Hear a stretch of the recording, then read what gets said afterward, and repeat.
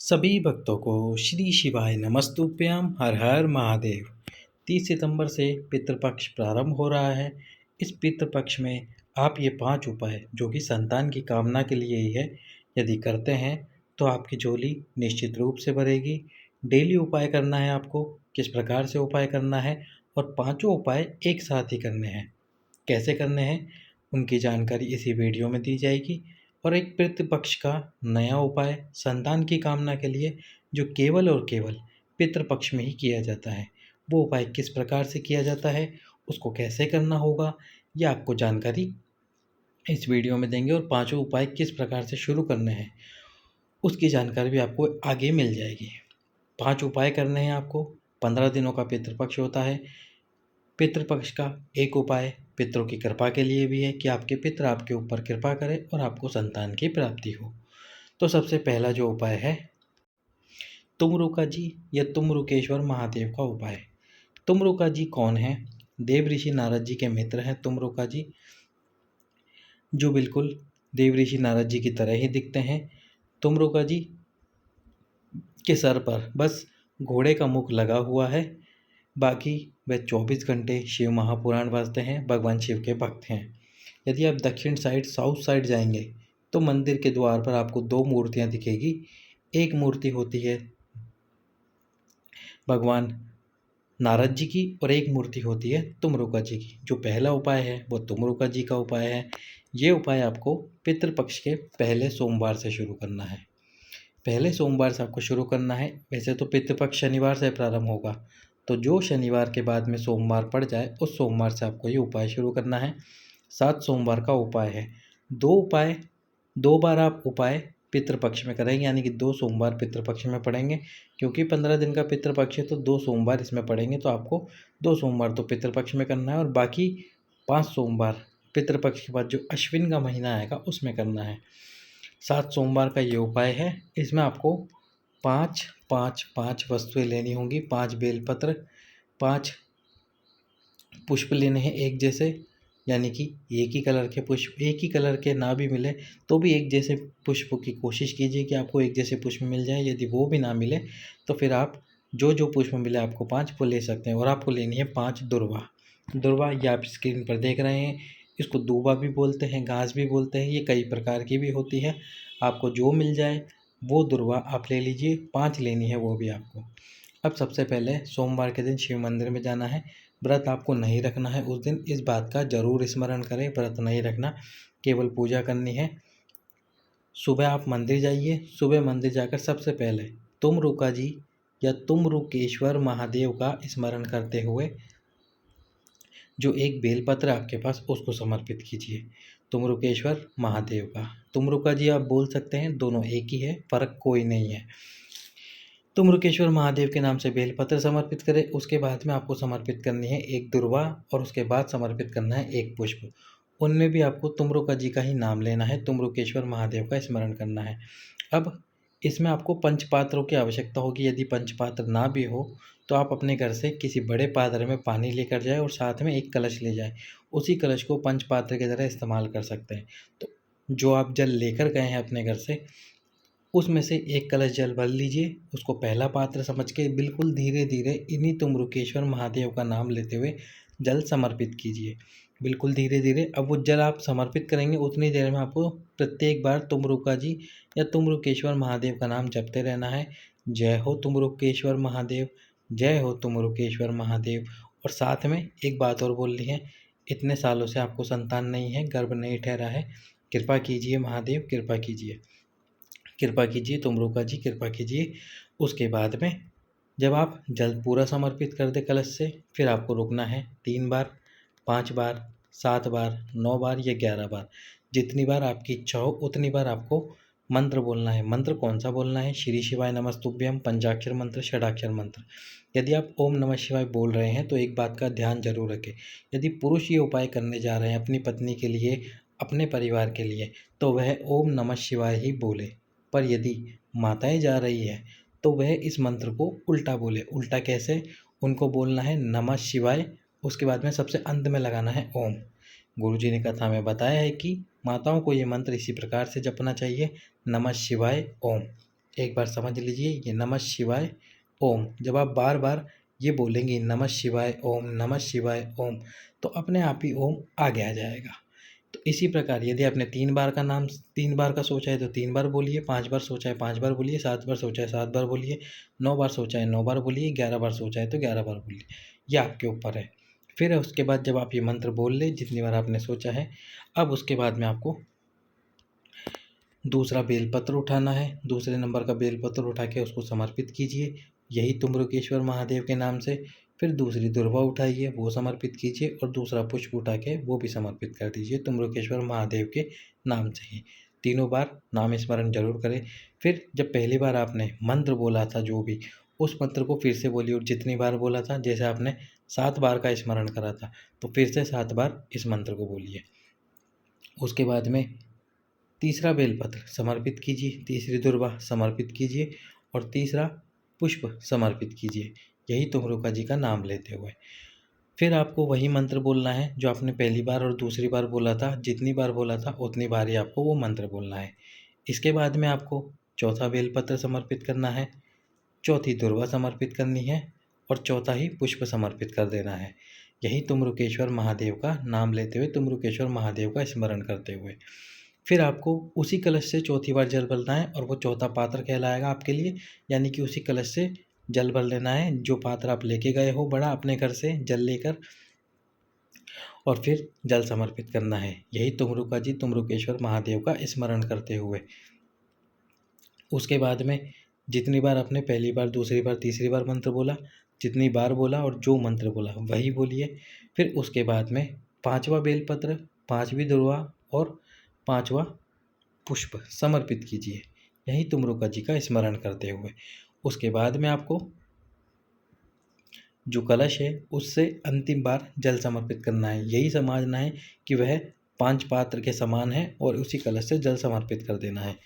करने के बाद में 4 बार आपने जो मंत्र और जितनी बार बोला वही मंत्र आपको बोल देना है।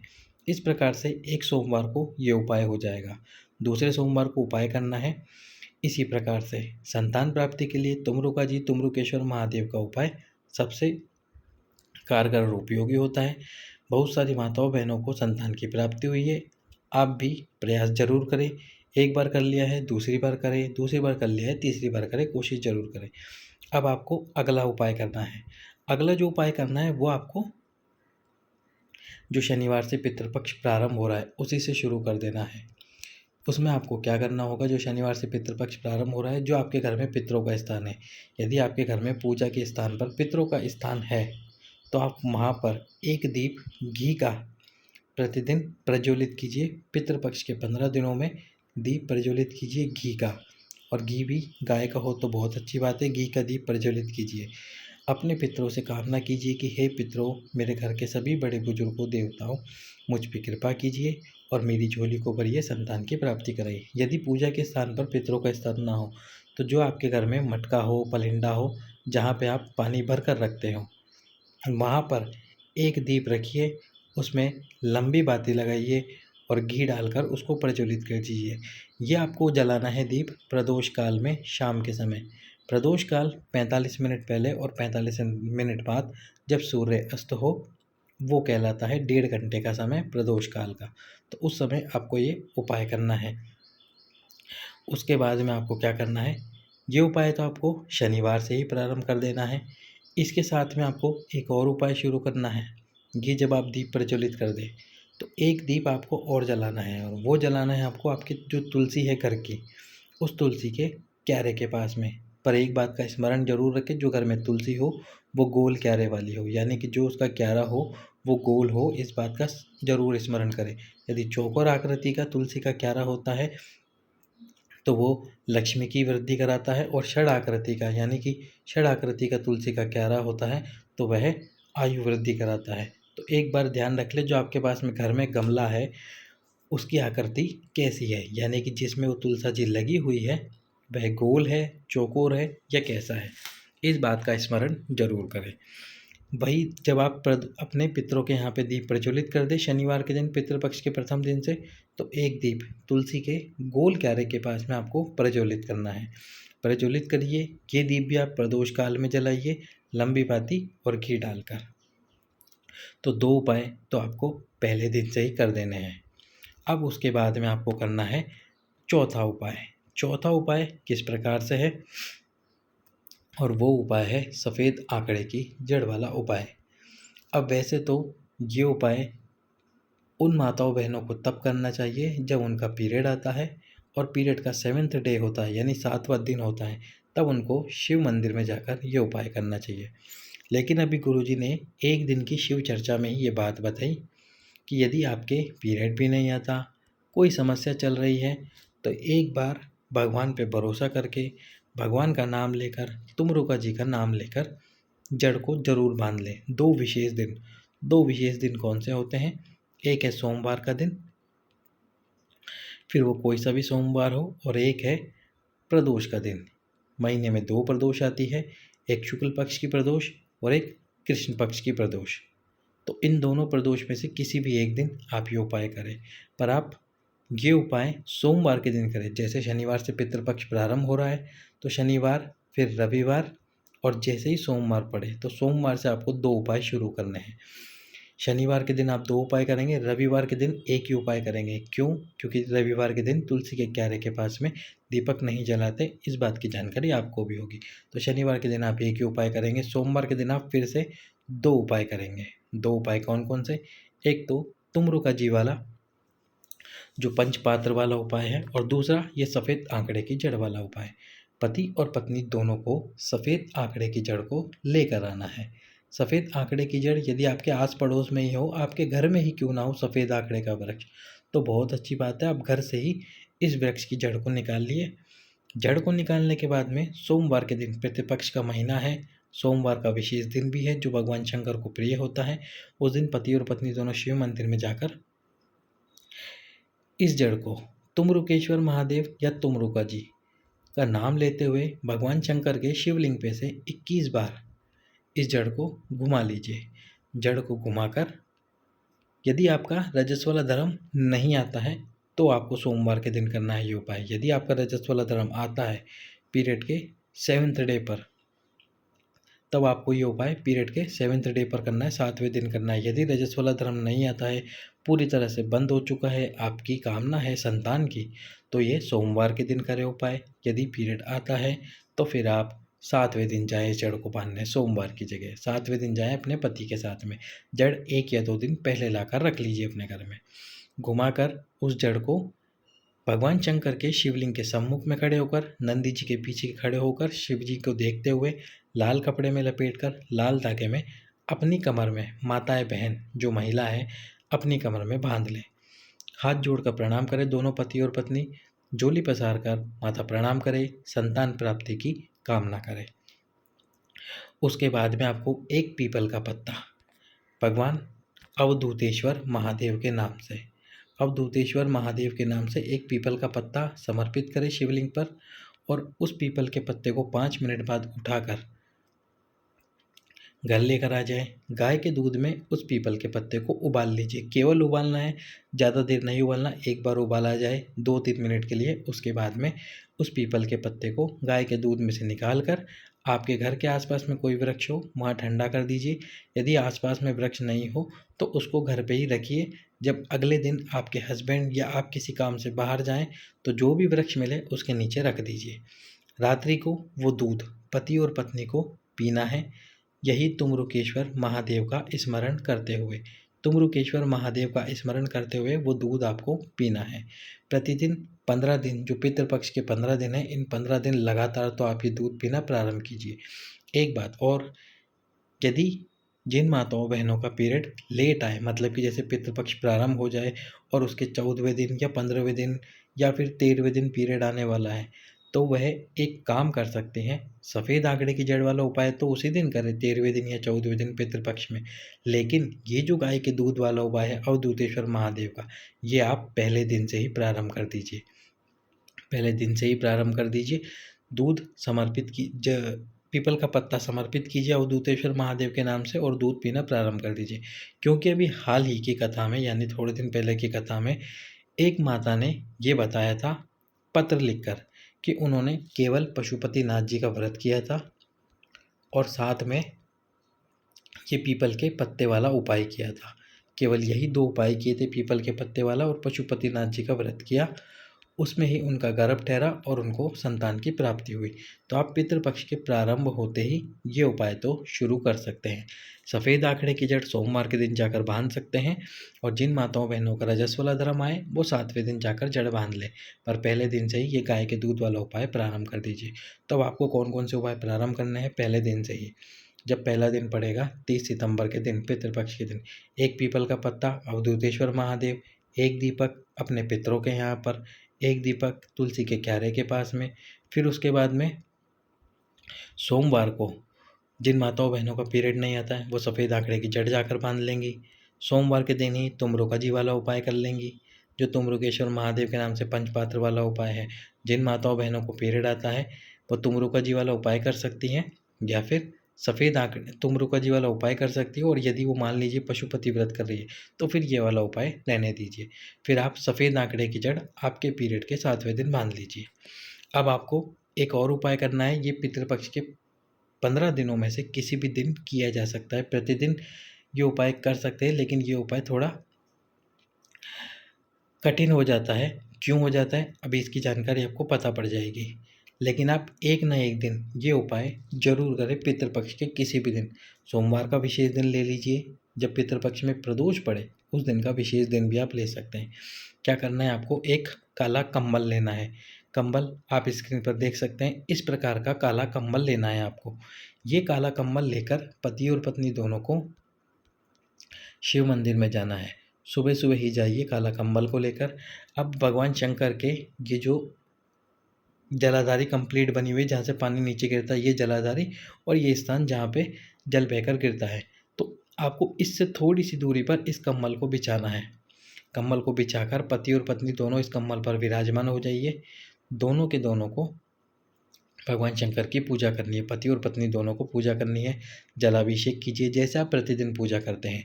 चंदन लगाइए, अबीर लगाइए, गुलाल लगाइए, नहीं है तो बस भगवान शंकर की पूजा करिए। अच्छे से पूजन अर्चना करने के बाद जैसे आप पूजा में जल चढ़ाते हैं जल चढ़ाइए, क्या कच्चा दूध चढ़ाते हैं कच्चा दूध चढ़ाइए, पंचामृत चढ़ाते हैं तो चढ़ाइए, यदि आप नहीं चढ़ाते तो भी कोई बात नहीं। उसके बाद में आपको एक दीप लेना है, लंबी बाती का। लंबी बाती का एक दीप लेना है जिसमें आपको डालना है घी। घी डालने के बाद में अब इस दीप को क्या करना है, पति को अपनी हाथ में, सीधे हाथ में इस दीप को ले लेना है। जैसे ये पति का सीधा हाथ है, वो इस स्थान पर बैठे हैं कंबल पे, पति और पत्नी दोनों, ये उनका सीधा हाथ। अभी सीधा हाथ में दीप को ले लेना है। दीप को लेने के बाद में पत्नी अपना हाथ, जो पति का हाथ है, उस पर स्पर्श करे, संतान की कामना करे। और उसके बाद में जैसे हम भगवान जी की आरती करते हैं तो गोल गोल दीप को घुमाते हैं, गोल गोल दीप घुमाते हैं। आपको गोल गोल दीप नहीं घुमाना। आपको क्या करना है, ये जो शिवलिंग है इस शिवलिंग पे से घुमाना इस प्रकार से है कि वो ओम बन जाए। इस प्रकार से उस दीप को घुमाना है कि ओम बन जाए। दीप को घुमाना है, अपने हाथ को इस प्रकार से घुमाना है कि उससे ओम का निर्माण हो, ये ओम का निर्माण हो।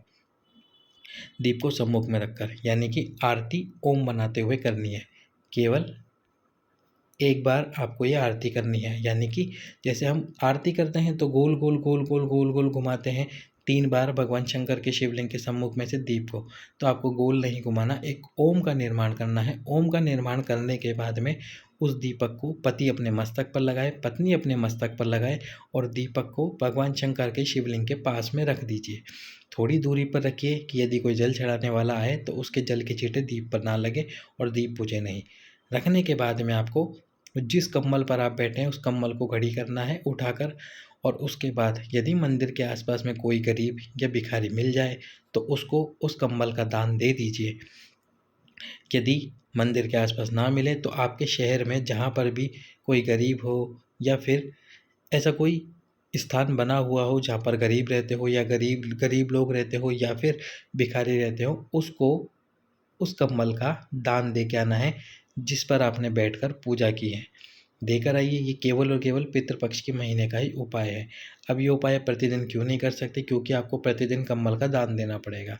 कंबल यदि आपके घर पर है काले कलर का तो आप घर से ले लीजिए, नहीं तो एक कंबल मार्केट से खरीद कर लेके आ जाइए।